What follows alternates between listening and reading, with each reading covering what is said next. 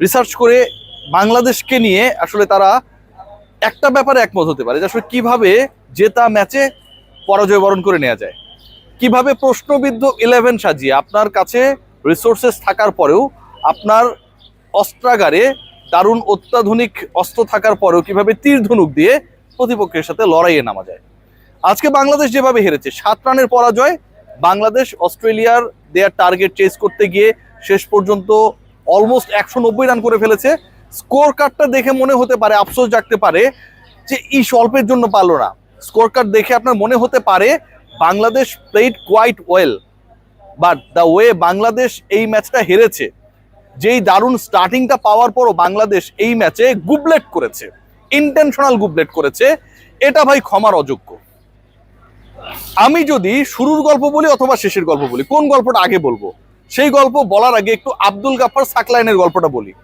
একজন ক্রিকেটারকে আপনি অস্ট্রেলিয়ার বিপক্ষে এই ম্যাচের আগের ম্যাচে নামিয়ে দিলেন, সেখানটায় যাচ্ছে তাই পারফরমেন্স কোনোভাবে অ্যাকসেপ্টেবল না। আজকের ম্যাচটা হচ্ছে বাংলাদেশের জন্য ডু অর ডাই, করো অথবা মরো।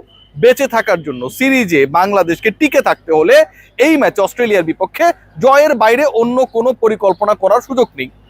সো আপনি কি প্ল্যান করবেন? আপনি প্ল্যান করবেন, যেহেতু আপনার সিরিজের পর সিরিজ আপনার স্ট্রেংথের জায়গাটা হচ্ছে আপনার পেস বোলিং অ্যাটাক।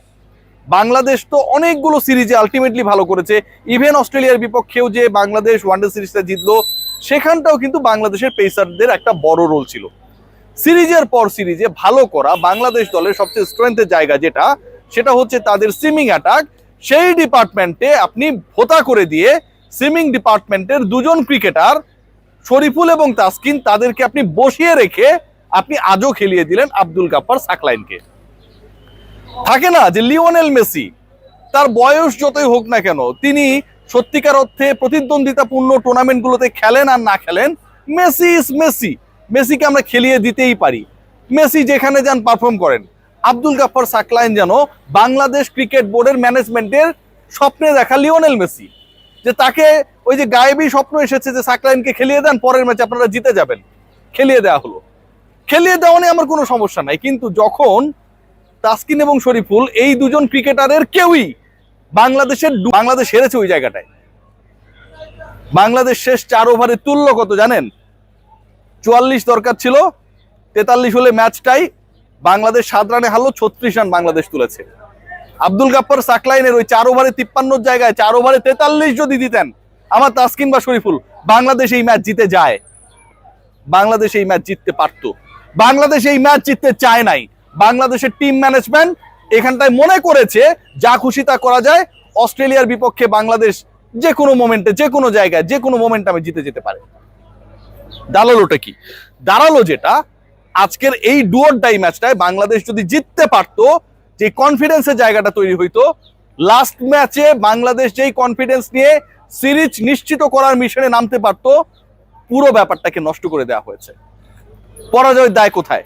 আরো কয়েকটা জায়গায় রয়েছে। শামীম পাটোয়ারিকে আমি যথেষ্ট নেগেটিভলি ট্রিট করেছি আজকের এই আলোচনায়। I am sorry Shamim, but আপনার খেলা আমার আসলে একদম ভালো লাগে নাই। What about Saif Hasan? সাইফ করলেন 43 বলে 42 রান, 33 বলে 42 রান। Whenever your target is near about 200 per ওভারে, you have to score at least 10 runs. সেখানটায় একজন ওপেনার 33 বলে 42 রান, স্ট্রাইক রেট 127। ভয়ঙ্কর দৃষ্টিকটু। আপনি যখন 5.5 ওভার উইকেটে টিকে ছিলেন, আপনি যখন পুরো ম্যাচের অলমোস্ট 30% বল খেলে ফেলেছেন এবং সেখান থেকে আপনার কন্ট্রিবিউশন অনলি 42, এটা কোনোভাবে অ্যাকসেপ্টেবল না, কোনোভাবে অ্যাকসেপ্টেবল না। সৌম্য সরকার আউট হয়ে গেছেন, 9 বলে 15 করেছেন, আমার কোনো আফসোস নেই। এই ছেলেটাকে যেভাবে টায়ারিং সিচুয়েশন ক্রিয়েট করে এখানটায় নিয়ে আসা হয়েছে, যথেষ্ট ভালো করেছে। পারভেজ হোসেন ইমন যতক্ষণ ছিল মনে হচ্ছিল বাংলাদেশ ম্যাচ জিতবে। ওই যে 44 রানের দরকার শেষ 4 ওভারে, ওই আলোচনাটা তৈরি হয়েছে, ওই প্রবাবিলিটি, জয়ের প্রবাবিলিটি তৈরি হয়েছে পারভেজ হোসেন ইমনের কারণেই। নাম্বার 4-এ তিনি সেই রোলটা প্লে করেছেন। এবার আসুন অন্য একটা ডিসকাশনে। এই ডিসকাশনটা না আরো বেশি কষ্ট দেয়। বাংলাদেশ যখন ব্যাট করতে নামলো, বাংলাদেশের প্রথম 5 ওভারে রান কত জানেন? 65। প্রথম 5 ওভারে Bangladesh losing only 1 wicket, they have scored 65 runs. এরপরে বাকি যে 15 ওভার বাকি ছিল, 90 বলে বাংলাদেশের জয়ের জন্য দরকার কত ছিল? মাত্র 122 রান। 15 ওভারে একটা দলের জয়ের জন্য প্রয়োজন ছিল 122 রান, হাতে 9 উইকেট, সেটা বাংলাদেশ পারে নাই। এবং বাংলাদেশ না পারার কারণে, না পারার পেছনে ওই যে ডিফেক্টিভ সিলেকশন, সেটা একটা বড় রোল প্লে করেছে। এটা ক্ষমার অযোগ্য। বাংলাদেশ ক্রিকেট বোর্ডের হানিমুন পিরিয়ড থেকে বের হয়ে এই ব্যাপারগুলোকে অ্যাড্রেস করা উচিত। সবাই ভালো থাকবেন।